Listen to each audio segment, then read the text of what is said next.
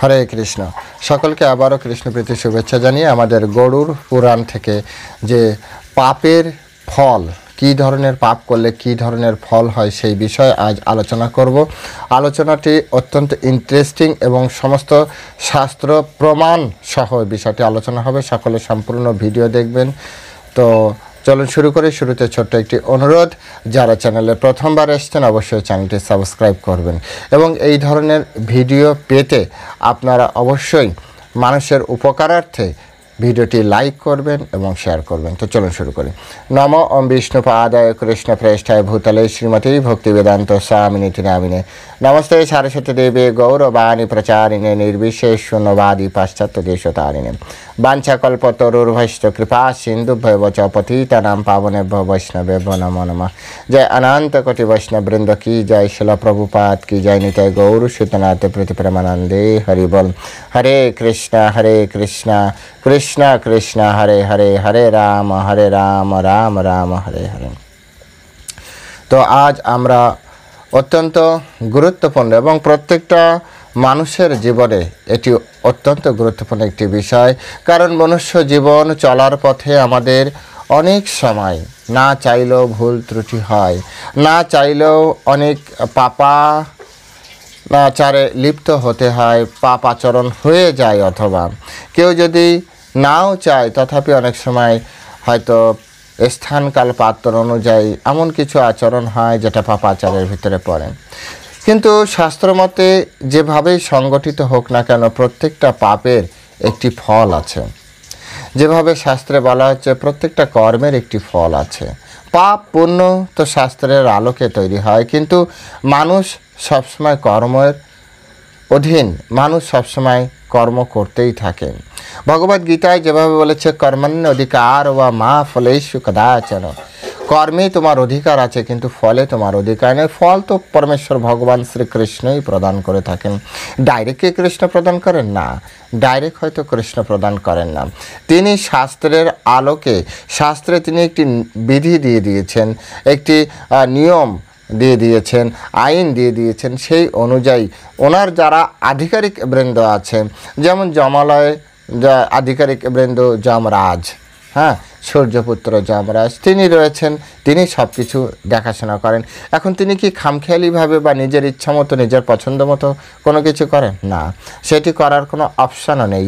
তিনি শুধু সেই কর্মটুকুই করতে পারেন যেটি ভগবান কর্তৃক লিপিবদ্ধ করা হয়েছে, যে সংবিধান দেওয়া হয়েছে সেই সংবিধানের আওতায় রেখেই একজন জজ যেভাবে তিনি অনেক বিচার বিশ্লেষণের মাধ্যমে কোনো অপরাধী ব্যক্তিকে শাস্তি প্রদান করেন, একইভাবে যমরাজ আমাদের যে বৈদিক আইন, হ্যাঁ, সেই আইনের আওতায় রেখে কার কী ধরনের শাস্তি হওয়া প্রয়োজন এবং সেই শাস্তির পরবর্তীতে তিনি আবার নিজের উন্নতির জন্য কোন ঘরে জন্মগ্রহণ করবেন এবং কতটা ফ্যাসিলিটিস নিয়ে জন্মগ্রহণ করবেন বা কতটা ফ্যাসিলিটিসহীন হয়ে জন্মগ্রহণ করবেন, অর্থাৎ কতটা সুবিধা নিয়ে জন্মগ্রহণ করবেন অথবা কতটা সুবিধাহীনভাবে জন্মগ্রহণ করবেন, তার চেহারা, তার বংশমর্যাদা, তার সব কিছু তার পূর্বজীবনের কর্মের ফল অনুযায়ী তার প্রাপ্তি হবে। তার পরিবেশ, তার পরিচিতি, বন্ধু বান্ধব সব কিছু, তার শিক্ষা দীক্ষা, তার সব কিছু পরমেশ্বর, হ্যাঁ, ভগবানের যে নিয়ম সেই নিয়ম অনুযায়ী সব কিছু চালিত হবে। তাই এটি অত্যন্ত গুরুত্বপূর্ণ বিষয়। বিশেষ আমরা যারা মনুষ্য লোকে আছি, আমরা যারা দেহধারী জীব আছি, আমাদের জন্য এটি আসলে গুরুত্বপূর্ণ বিষয়। আমরা যাতে এগুলি জানার চেষ্টা করি, বোঝার চেষ্টা করি, সেজন্যই প্রথমেই অনুরোধ করেছিলাম যে পুরো ভিডিওটি সম্পূর্ণভাবে দেখবেন। তো চলুন শুরু করি। এটি আপনার হচ্ছে গরুড় পুরাণ থেকে, গরুড় মহাপুরাণ থেকে এই বিষয়টি পাওয়া গিয়েছে যে পাপের ফল। অ্যাকচুয়ালি আমার কাছে যে গরুড় পুরাণ রয়েছে এটি আপনার হচ্ছে হিন্দি এবং সংস্কৃতে লেখা। তো আমি জাস্ট হিন্দি অনুবাদ সহ, মানে অনুবাদ করে বাংলায় যে অনুবাদ আসে সেই অনুবাদটি আপনাদের কাছে আমি জানানোর চেষ্টা করছি। তো আপনারা মনোযোগ দিয়ে শ্রবণ করবেন। এখানে বলা হচ্ছে যে প্রথমে বলা হচ্ছে ব্রহ্ম হত্যাকারী। ব্রহ্ম হত্যাকারীর কী ধরনের আপনার কি পরবর্তীতে কি ধরনের জন্ম হয় নরক যন্ত্রণা ভোগ করার পরে। তো প্রথমে জানতে হবে ব্রহ্ম হত্যাকারী কি। ব্রহ্ম হত্যাকারী, ব্রহ্ম শব্দটি হচ্ছে সাধারণত ব্রাহ্মণের উপর থেকে এসছে। হ্যাঁ, ব্রহ্ম ভগবানকেও বোঝায়, ব্রহ্মাকে বোঝায়, চতুর্মুখ ব্রহ্মা এই ব্রহ্মাণ্ডের যিনি অধিপতি, এবং ব্রাহ্মণ অর্থাৎ আমাদের 4টা বর্ণের ভিতরে যিনি শ্রেষ্ঠ। তো মানুষ ব্রহ্মাকে হত্যা করতে পারবে না, ব্রহ্ম মানে ভগবান, তাকে হত্যা করতে পারবে না, তো থাকলো শুধু ব্রাহ্মণ। তাই ব্রাহ্মণকে যদি কেউ হত্যা করে তাহলে তার ফল কি হচ্ছে? প্রথমে তো তাকে নরক যন্ত্রণা প্রচুর পরিমাণে ভোগ করতে হচ্ছে। এই ভোগ করার পরে যে ঘটনাটি ঘটছে সেটি হচ্ছে আমাদের জন্য অত্যন্ত গুরুত্বপূর্ণ বিষয় বা আমাদের জন্য অত্যন্ত আলোচনার বিষয়। সেটি কি? যে প্রথমে তার নরক যন্ত্রণা ভোগ করার পরে সে প্রথমে কি হচ্ছে? কুকুর হয়ে জন্মগ্রহণ করছে। অর্থাৎ একজন মানুষ ছিল, পরবর্তীতে ব্রহ্ম হত্যাকারীর হওয়ার কারণে তার কুকুর জন্ম হচ্ছে, পরে উট জন্ম হচ্ছে, পরে গাধা জন্ম হচ্ছে, তারপরে ব্যাঙের জন্ম, হ্যাঁ, এবং তারপরে লাস্টে যে উলুক, এই জন্ম প্রাপ্তি হবে। অর্থাৎ কর্ম খারাপ হয়ে গেলে আমাদের ধীরে ধীরে ধীরে ধীরে অধোজনী যেগুলো বলা হয়, অধোপতিত বা নিকৃষ্ট শরীর আমাদের প্রাপ্তি হতে হবে, যে শরীরে আমাদের কোনো চেতনাই থাকে না। একটা ব্যাঙের শরীরে একটা জীবের কতটা চেতনা আছে? শাস্ত্রে বলা হচ্ছে ব্যাঙের শরীরে যে আত্মা রয়েছে আমাদের আত্মা সেম পরিমাণ, সেম কোয়ালিটি সম্পন্ন। জীব দু কারণে ব্যাঙের শরীর প্রাপ্তি হতে পারে। এক, ব্রহ্মাণ্ড থেকে যে প্রথমবার পতন হয়েছে সে ক্রম 84 লক্ষ প্রজাতির যে ক্রমধারা, সেই ক্রমধারায় একটার পর একটা উঠতে উঠতে সে হয়তো কোনোদিন ব্যাঙ হবে, তারপর ধীরে ধীরে মানুষ হবে। এখন কথা হচ্ছে যে মানুষ হওয়ার পরে কি আবার ব্যাঙ হওয়ার চান্স আছে? এই যে সেটাই হচ্ছে শাস্ত্র প্রমাণ। যদি কেউ মানুষের শরীর প্রাপ্তির পরেও ব্রহ্ম হত্যা করে তাহলে সে কি হতে পারে? সে কুকুর হয়ে জন্মগ্রহণ করতে পারে। যদিও কুকুর এই রিসাইক্লিংয়ের একটা স্টেজ রয়েছে, তো সেখান থেকে মানুষ হওয়ার পরে মানুষের এমন কর্ম করা উচিত যাতে কমসে কম আবার কুকুরের থেকে শুরু না করতে হয়। এটি গুরুত্বপূর্ণ। কুকুর হতে পারে, উট হতে পারে, গাধা হতে পারে, ব্যাঙ হতে পারে, অথবা উলুক হতে পারে। তাই জীবনে কখনোই ব্রহ্ম হত্যা করা উচিত নয়। এরপরে আসছে স্বর্ণচুরি। এখন এই স্বর্ণচুরির ভিতরে সম্পদ রয়েছে, স্বর্ণের ভিতরে সম্পদ, তারপরে টাকা পয়সা এসবের ভিতরে পড়বে। কারণ তখনকার যুগে তো আর কাগজের টাকা ছিল না, তখনকার যুগে সম্পদ বলতে বা অর্থ বলতে স্বর্ণের মোহরকে বোঝানো হয়, অথবা স্বর্ণ অলঙ্কারকেও বোঝানো হতো। এনিহাও স্বর্ণচুরি এখানে স্পষ্ট করে আছে স্বর্ণচুরি। যদিও অন্য একটি অধ্যায় আছে, সেই অধ্যায়টা অনেক বড় ব্যাপক, সেই জন্য সেটাকে আর এটাকে যদি একটা ভিডিওর ভিতরে আমি কভার করতে পারবো না। যদিও এটি যথেষ্ট ছোটই হবে, কিন্তু ওটি যদি এর সাথে যুক্ত করি তাহলে অনেক বড় হয়ে যাবে, যেটা অনেক লেন্দি হয়ে গেলে আপনাদের জন্য অসুবিধা হবে। আপনারা অনেক সময় দেখতে কষ্ট হয়, অনেকে দেখার সময় থাকে না। হ্যাঁ, আমাদের তো এটি কাজ, এই নিয়ে তাই পড়ছি, আপনাদের সামনে উপস্থাপন করছি। কিন্তু উচিত সকলেরই পড়া উচিত, সকলেরই জানা উচিত, এই বিষয় সম্পর্কে জেনে জীবনযাপন করা। তো যাই হোক, স্বর্ণচুরি করলে কি হয় এই বিষয়টা জানানোর আগে একটা রিকোয়েস্ট করি, যারা চ্যানেলে প্রথমবার এসেছেন অবশ্যই চ্যানেলটি সাবস্ক্রাইব করবেন। আপনার নিচেই বাটন আছে, সাবস্ক্রাইব করে রাখুন, আর অবশ্যই একটা লাইক করবেন, আরও অনেক মানুষ যাতে দেখতে পারেন। তো চলুন, স্বর্ণচুরি করলে সে কৃমি কীট হয়ে জন্মগ্রহণ করে। কৃমি, আমাদের পেটের ভিতরে যে কৃমি আছে না, সেই কৃমি হয়ে জন্মগ্রহণ করে। অর্থাৎ কেউ যদি সম্পদ চুরি করে, টাকা চুরি করে, অর্থাৎ অর্থ চুরি করে, অথবা স্বর্ণ চুরি করে, স্বর্ণ মুদ্রা চুরি করে, তাহলে তাকে পরবর্তীতে কৃমি কীট হয়ে জন্মগ্রহণ করতে হয়। এবার বলতে পারেন, প্রভু তাহলে কি কৃমি হয়ে জন্মগ্রহণ করবে? ফিতা কৃমি আছে, তারপরে অনেক লম্বা কৃমি আছে, বিভিন্ন ধরনের কৃমি আছে আমরা জানি। তো কোন কৃমি হয়ে জন্মগ্রহণ করবে? আসলে এখানে কৃমি কীট আছে, তো তাদের ভিতরে যেহেতু ভাগ আছে, অনেকগুলো ক্লাসিফিকেশন আছে, তাই প্রত্যেকটা কৃমি কীটেই যাবে। এখন এটা শুরু হবে কোন স্তর থেকে? একেবারে নিচু স্তর থেকে, ধীরে ধীরে আপডেট হতে হতে তারপর অন্য কোনো স্তরে যাবে। তো এটা বুঝতে হবে যে এই জন্য স্বর্ণ চুরি, সম্পদ চুরি, অর্থ চুরি, এই ধরনের চুরি কার্য আমাদের করা উচিত নয়, তাহলে কৃমিকীট হয়ে জন্মগ্রহণ করতে হবে। তারপরে বলা হচ্ছে গুরু পত্নীগামী। হ্যাঁ, তো গুরু পত্নীগামী আপনারা নিশ্চয়ই বুঝতে পারছেন। তো এরা এটা খুব নিকৃষ্ট শ্রেণীর অপরাধ, তাই এরা অবশ্যই কি করবে, তৃণ আদি হয়ে জন্মগ্রহণ করবে। তৃণ, ঘাস টাস এইসব হয়ে তারা পরবর্তীতে প্রথমে তো নরক যন্ত্রণা কিন্তু এর মাঝখানে রয়েছে। আপনারা আবার এরকম ভাববেন না যে প্রভু নরক যন্ত্রণা কি তাহলে চলে যাচ্ছে, মৃত্যুর পরে সরাসরি তৃণ হয়ে যাচ্ছে, না, কিন্তু এর মাঝখানে রয়েছে। এটা জাস্ট জন্ম বলছি, হ্যাঁ, কিন্তু এর মাঝখানে একটা ব্যাপক সময় রয়েছে নরকের যন্ত্রণা। নরক যন্ত্রণা আমি নিজে পড়তে যে এমন হয়েছিল যে আমি কিছু অধ্যায় আমি নিজে গ্রহণ করতে পারছিলাম না, আমার ভয় করছিল, তাই নিজে সেটিকে বাদ দিয়ে চলে গিয়েছি। এতটা কষ্টদায়ক, এতটা কষ্টদায়ক। বৃন্দাবনের একজন ভাগবত পাঠক তিনি খুব সুন্দরভাবে স্পষ্টভাবে বলেছিলেন, এই জগতে যাদেরকে পুলিশ বলা হয়, যমলোকে তাদেরকে যমদূত বলা হয়। যমলোকে শাস্তি দেয় যমদূতগণ অথবা যমালয়ে যারা কাজ করে।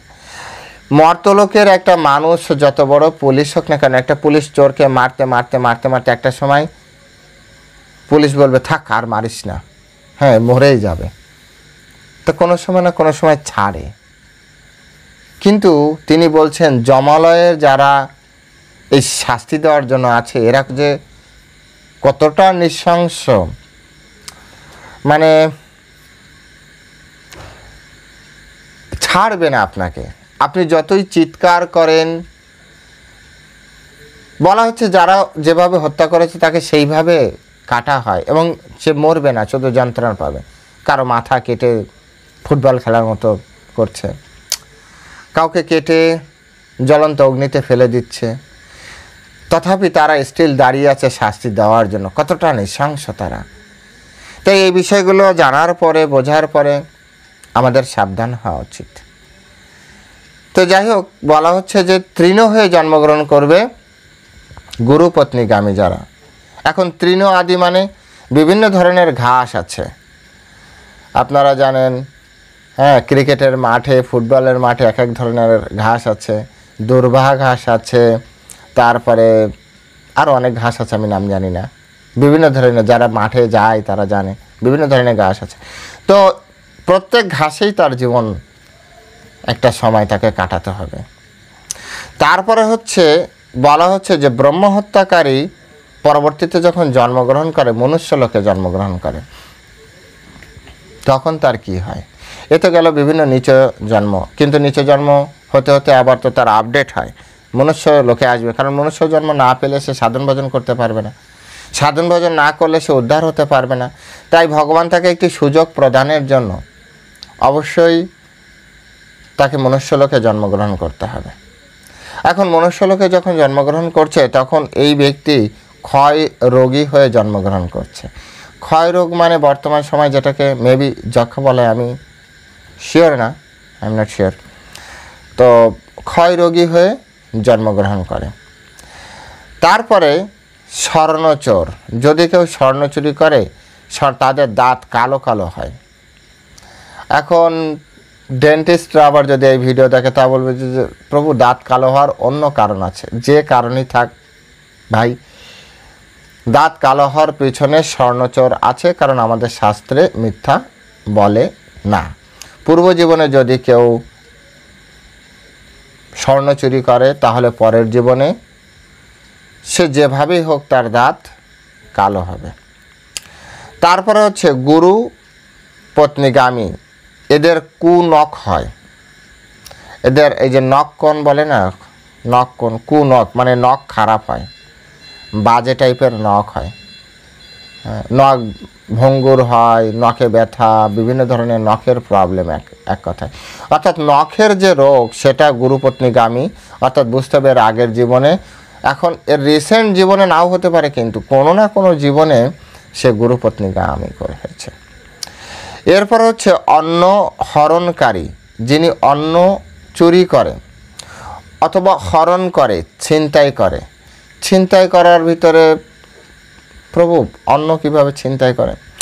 দেখুন, বর্তমান সময় অনুযায়ী যদি কেউ কারো ইনকাম নষ্ট করে দেয়, অনেক সময় হয় না, অনেক কোম্পানি তার যারা এমপ্লয়ি আছে বিনা কারণে তাদেরকে টার্মিনেটেড করে, মানে চাকরি থেকে ছাড়িয়ে দেয়, আর ওই টাকা দিয়ে কিন্তু তার অন্য সবজি ডাল এগুলোর ব্যবস্থা চলছিল তার পরিবারের জন্য।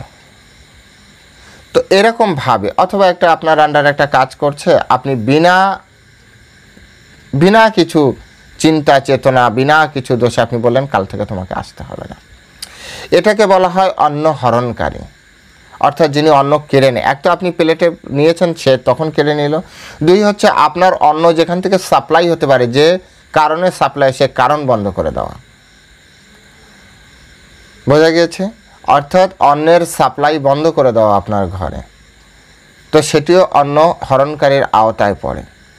তো বলা হচ্ছে যে পরের জীবনে আহার রহিত হয়, এরা খেতে পারবে না।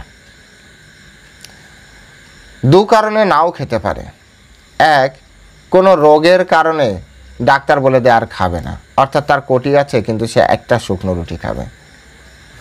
দুই, সে এমন গরিব ঘরে জন্মগ্রহণ করবে বা তার যে দশা থাকবে সেই দশায় সে অন্নকে সাফিসিয়েন্টলি অন্ন সে গ্রহণ করতে পারবে না। জাস্ট জীবনকে কাটাতে হয় ততটুক পর্যন্ত অন্ন তার জীবনে প্রাপ্তি ঘটবে। তো এর থেকে বুঝতে হবে যদি কেউ অন্নরহিত হয় তাহলে সিম্প্যাথি তো তাদের দেখাবেনি, দেখানো আমাদের সকলেরই উচিত মানবিকতার, কিন্তু এটাও জেনে রাখা উচিত যে এই ব্যক্তিটি এর আগের জীবনে কারো না কারো কাছ থেকে অন্ন কেড়ে নিয়েছে। কারো মুখের অন্ন কেড়ে নেওয়ার ফলে আজ প্রকৃতির নিয়ম অনুযায়ী পরবর্তী জীবনে এসে ভগবান তার মুখের অন্ন কেড়ে নিয়েছে। যে অন্নবিহীন থাকলে একজন ব্যক্তির কতটা কষ্ট হয় সেটি বোঝানোর জন্য। তারপর বলা হচ্ছে যে বর্তমান সময় এটা তো কমন হয়ে গেছে, মিথ্যা কথা বলা, কারণে অকারণে মিথ্যা কথা বলা ট্র্যাডিশন হয়ে গিয়েছে এখন। আমরা আমাদের সামনে অনেককে এরকম দেখেছি, এসছে মায়াপুরে, হয়তো বন্ধুর সাথে এসছে, বাড়ি থেকে ফোন এসছে আমাদের সামনে, বলছে হ্যাঁ মা আমি তো কৃষ্ণনগর স্টেশনে বসে আছি, ট্রেন আসতে একটু লেট করছে, আমার যেতে একটু লেট হবে, চিন্তা করো না। আমি ঠিক আছে। দাঁড়িয়ে আছে মায়াপুর, আমাদের সাথে কথা বলছে, আমাদের সামনে দাঁড়িয়ে বলছে মা আমি কৃষ্ণনগর ট্রেন স্টেশনে দাঁড়িয়ে আছি, ট্রেন আসতে লেট হচ্ছে। কি বুঝতে পারলেন? ভগবানের কাছে এসছে, এই কথাটাও হয়তো সে বাড়িতে বলতে পারবে না। আসলে বলার উদ্দেশ্য বা বোঝানোর উদ্দেশ্য হচ্ছে মিথ্যে কথা এখন হরহামেশাই চলছে। আর মোবাইল আসার পরে তো আরও বেশি, মোবাইলে আছে এক জায়গায় তো বলে আরেক জায়গায়, মোবাইলে করছে এক তো বলে আর এক, মানে সেটা তো আপনারা এখন বুঝতেই পারছেন, আপনাদের আর মানে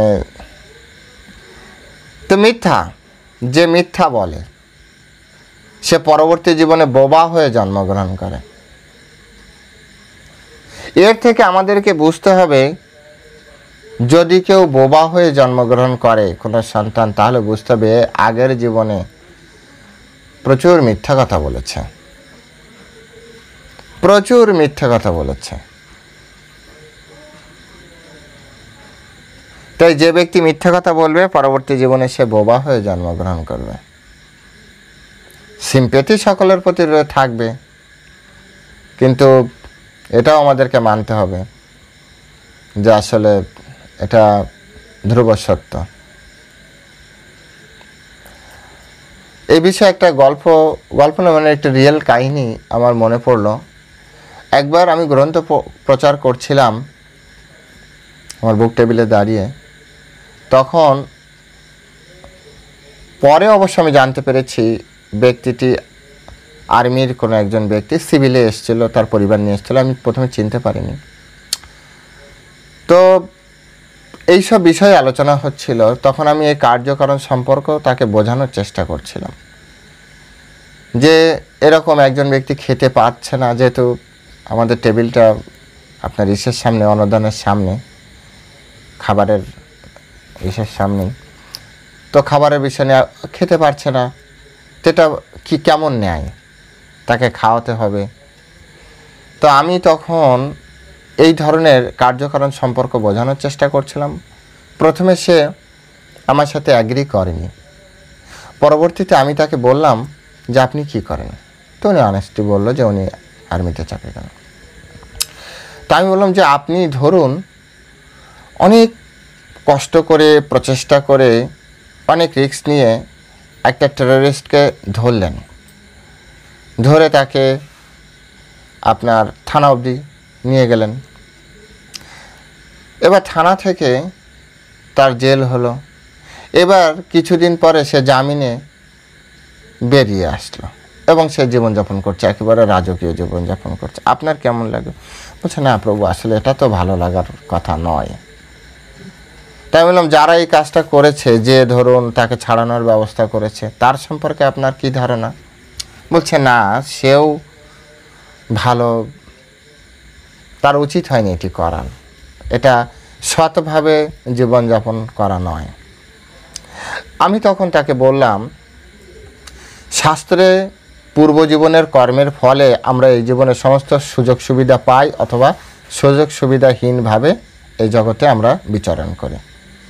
তো যে ব্যক্তি অন্ন পাচ্ছে না, তার মানে বুঝতে হবে পরবর্তী জীবনে সে হয়তো কারো অন্ন হরণ করেছে, চুরি করেছে, বা নিয়ে নিয়েছে, বা কাউকে বাধা দিয়েছে, কারো মুখের থেকে, এক কথায় তার কারো মুখের থেকে খাবার নিয়ে নিয়েছে। তাই ভগবান এই জীবনে তাকে হয়তো খেতে দিচ্ছে না ঠিকঠাকভাবে। এখন আপনি বলছেন আপনি খেতে দিবেন, তো যাকে ভগবান জেলখানায় দিয়েছে আপনি তো তাকে জামিনের ব্যবস্থা করছেন, বা আপনি তাকে ছাড়ানোর ব্যবস্থা করছেন। আপনি বলুন, আপনার কাছে ওই উকিল বা ওই ব্যক্তি যদি নৈতিকভাবে অপরাধী হয়, তাহলে আপনি এখন কৃষ্ণের আইনের বাইরে যে যারা অপরাধী তাদেরকে আপনি সহযোগিতা করছেন, আপনি কতটা ভালো? তো উনি অত্যন্ত গম্ভীরভাবে 2-3 মিনিট আমার দিকে তাকিয়ে বললেন, না আসলে প্রভু, আমি কখনো এইভাবে ভেবে দেখিনি। যদি ঘটনাটি এইভাবে হয় তাহলে তো অবশ্যই এটা ঠিক নয়, যেভাবে চলছে চলতে দেওয়া উচিত। তো আসলে আমাদেরকে এটা বুঝতে হবে যে এই জগতে যা কিছু হচ্ছে এগুলো হচ্ছে কার্য কারণ সম্পর্কের উপরে, বা কর্ম আর কর্মের ফলের ভিত্তিতেই সব কিছু হচ্ছে। আমার আপনার সাথে যা কিছু ঘটছে তা কিন্তু পূর্ব জীবনের কর্মের ফলে। এমন যদি কেউ চিন্তা করে, না প্রভু অ্যাক্সিডেন্টলি আমার সাথে এই ধরনের ঘটনা ঘটেছে, আপনি এখনও ভ্রমের ভিতরে আছেন, আপনি এখনও ঘুমের ঘরে আছেন, আপনি এখনও অন্ধকার জগতে আছেন। এই জগতে কোনো কিছুই অ্যাক্সিডেন্টলি হয় না, অ্যাক্সিডেন্টলি কোনো কিছু হয় না। পূর্ব জীবনের কানেকশান নেই, হয়তো আমি আপনি বুঝতে পারছি না, জানতে পারছি না, মেলাতে পারছি না, তাই অ্যাক্সিডেন্টলি কোনো কিছুই হয় না। তার সবথেকে বড় প্রমাণ হচ্ছে অ্যাস্ট্রোলজি। অ্যাস্ট্রোলজিতে আমরা যে রেখাটা নিয়ে আসছি এটা পূর্বজীবনের কর্মের ফল। অ্যাস্ট্রোলজার, একজন পারফেক্ট অ্যাস্ট্রোলজার বলে দিতে পারে আপনার কোন সময় কি প্রাপ্তি হতে যাচ্ছে। হ্যাঁ, আপনাকে অর্থপ্রাপ্তির কথা বলতে পারে, কত অর্থপ্রাপ্তি হবে সে হয়তো অতটা বলতে পারবে না, বলতে পারে অর্থপ্রাপ্তি হবে। কীভাবে বলতে পারছে? ওনাদের হিসাব আছে। হিসাবটা কোথা থেকে এসছে? ভগবানের কাছ থেকে এসেছে। আর হাতের রেখাটা কোথা থেকে এসছে? পূর্বজীবনের কর্মের ফলে আপনার রেখা এসেছে। সুতরাং এগুলি অত্যন্ত গুরুত্বপূর্ণ বিষয়। তারপরে বলা হচ্ছে যে ধান্য হরণ করে, আগে তো বলা হচ্ছে অন্ন হরণকারী, এবার বলা হচ্ছে ধান্য হরণকারী। বলছে ধান্য হরণকারী সে ব্যক্তি অধিক অঙ্গধারী হয়। এক এক ব্যক্তির একাধিক অঙ্গ। অনেকের দেখবেন আঙুল 2-4টা বেশি আছে, অনেকের একটু কান ডবল আছে, হ্যাঁ, দাঁত বেশি আছে, এরকমভাবে কিছু না কিছু বেশি, বলছে অধিক অঙ্গধারী হয়। তারপরে বলা হচ্ছে যদি কেউ দুষ্ট ব্যক্তি হয়, এই জীবনে খুব খারাপ কাজ করে, দুষ্টু কাজ করে। এবার কোনগুলো দুষ্টি কাজ সেগুলো কিন্তু আপনার আবার মনুস্মৃতি গরুর পুরাণের আওতায় গিয়ে তারপরে দেখতে হবে। যেমন চুরি করা, ডাকাতি করা, মিথ্যা কথা বলা, এগুলো সব দুষ্টু কাজের আওতায়। তারপরে ধরুন কাউকে কষ্ট দেওয়া, দুঃখ দেওয়া, এগুলো কোনো ভালো মানুষের কাজ নয়, দুষ্ট মানুষ। তো দুষ্টু ব্যক্তি পরের জীবনে দুর্গন্ধ নাসিকা যুক্ত হয়, তার নাকের ধারে যাওয়া যায় না। অনেকে ডাক্তাররা বুঝতে পারে, আমরা তো সবার ধারে যাই না, ডাক্তাররা বেশি এগুলো কাজ করে। দুর্গন্ধযুক্ত নাসিকা হয়। অনেকে আছে তেল চুরি করে, তো যারা তেল চুরি করে তারা হচ্ছে তেল পানকারী কোনো পোকা হয়ে জন্মগ্রহণ করে। তেলের ভিতরে অনেক সময় বিভিন্ন ধরনের পোকা থাকতে পারে, তো সেই ধরনের পোকা হয়ে জন্মগ্রহণ করে। এরপর হচ্ছে মানুষের ভিতরে ভেদকারী, কিছু মানুষ আছে না, মানুষকে ভেদ করে দেয়, যেটাকে বিদেশে আমরা সোশিওলজির ভাষায় পড়েছিলাম ডিভাইড অ্যান্ড রুলস, অর্থাৎ মানুষে মানুষে ভেদ করা। বলুন, ভেদ তো গীতাতেও রয়েছে, চতুর্বর্ণম মায়া সৃষ্ট গুণ কর্ম বিভাগ আছে, 4টা বর্ণ আমার দ্বারা সৃষ্টি হয়েছে, ব্রাহ্মণ ক্ষত্রিয় বৈশ্য শূদ্র, ভেদ তো গীতাতেই রয়েছে। আপনি আবার নূতন করে এই কথা বলছেন। না প্রভুজি, ওটা ভেদ নয়, ওটা হচ্ছে গুণ এবং কর্ম অনুযায়ী আপনি যে যে স্তরে আছেন সে স্তরের একটা ক্লাসিফিকেশন নাম। যেমন আপনার 2টি সন্তান, একটি যদি ইঞ্জিনিয়ার হয় আর একটা যদি ডাক্তার হয়, তাহলে যে ইঞ্জিনিয়ার পাস করেছে তাকে ইঞ্জিনিয়ার বলবে, যে ডাক্তারি পাস করেছে তাকে ডাক্তার বলবে। আপনার সন্তান বিধায় এদের ডেজিগনেশনও কিন্তু একই রকম না, আলাদা। এখন ডেজিগনেশনটা কী হিসেবে প্রাপ্তি হচ্ছে, তার যে গুণ এবং কর্ম সেই অনুযায়ী সে যা শিখেছে, সে যা করছে তাই। তাই ব্রাহ্মণ হচ্ছে জন্ম তো অবশ্যই আছে। অনেক ব্যক্তি, মহান মহান ব্যক্তি আছে যারা জন্মকে স্বীকার করে নিয়েছেন, কারণ ব্রাহ্মণ ঘরে জন্মগ্রহণ তো সেই করবে যে ব্রাহ্মণের মতো আচরণ করবে। ব্রাহ্মণ গুণ থাকলে তবেই তো পরবর্তী জীবনে ব্রাহ্মণের ঘরে জন্মগ্রহণ করবে। অসুর এসে তো আর জন্মগ্রহণ করবে না, যদিও কলিযুগে সেটাও আছে, চৈতন্য চরিতামৃতে দেখেছি, সেটার আমি এখন বলতে চাচ্ছি না, বিবাদের বিষয়। কিন্তু বলা হচ্ছে যে জন্মটা গুরুত্বপূর্ণ, কর্মও গুরুত্বপূর্ণ, গুণও গুরুত্বপূর্ণ। হ্যাঁ, এই 3টা যে যে স্তর আছে। একজন রিক্সা চালককে আপনি কি কখনো বলবেন প্লেনের পাইলট? বলবেন না। আপনি একটা ক্যাপ্টেনকে, একটা বড় জাহাজ যিনি চালায় আর একটা নৌকা যিনি চালায়, নৌকাকে মাঝি বলবেন, আর ওনাকে কিন্তু ঠিক ক্যাপ্টেন বলবেন। উভয়ই তো নৌকা চালাচ্ছে। বলবেন না প্রভু, আপনি বুঝতে পারছেন না, এটা অনেক বড় জাহাজ চালাচ্ছে। তো ঠিক তেমনি যেভাবে যে কাজ করে সেই অনুযায়ী তার একটা নামকরণ করা হয়। ঠিক একইভাবে ব্রাহ্মণ ক্ষত্রিয় বৈশ্য শূদ্র, এটা হচ্ছে যে যে স্তরে আছে তার একটা নামকরণ। শূদ্র বলতে যারা লেবার শ্রেণী, যাদের বুদ্ধি দিয়ে তারা কাজ করে না, হ্যাঁ, তাদেরকে শূদ্র বলা হয়।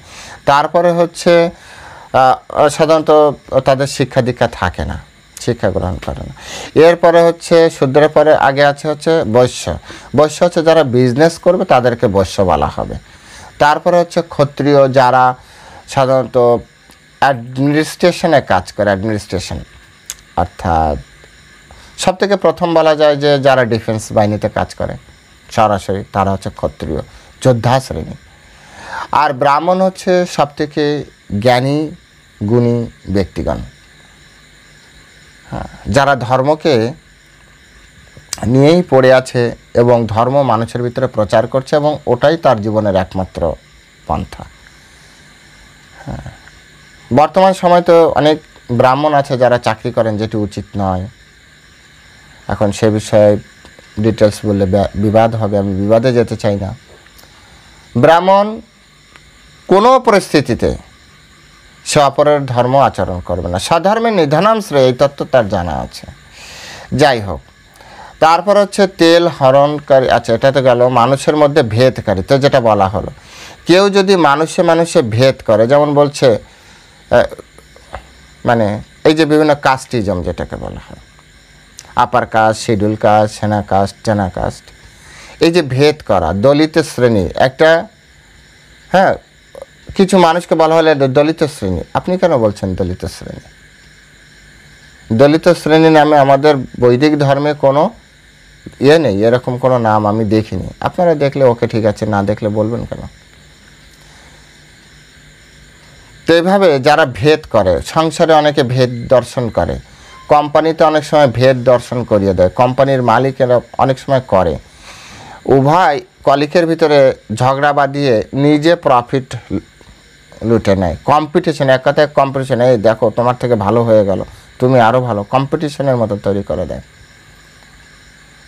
তুমি ওর সাথে কথা বলবে না, ভেদ, তোমার স্ট্যাটাস বেশি, ওর স্ট্যাটাস কম, ভেদ দর্শন, অর্থাৎ মানুষের ভিতরে ভেদকারী, মধ্যে যে ভেদকারী, এটা যারা করে পরের জীবনে তার মুখে দুর্গন্ধ হয়।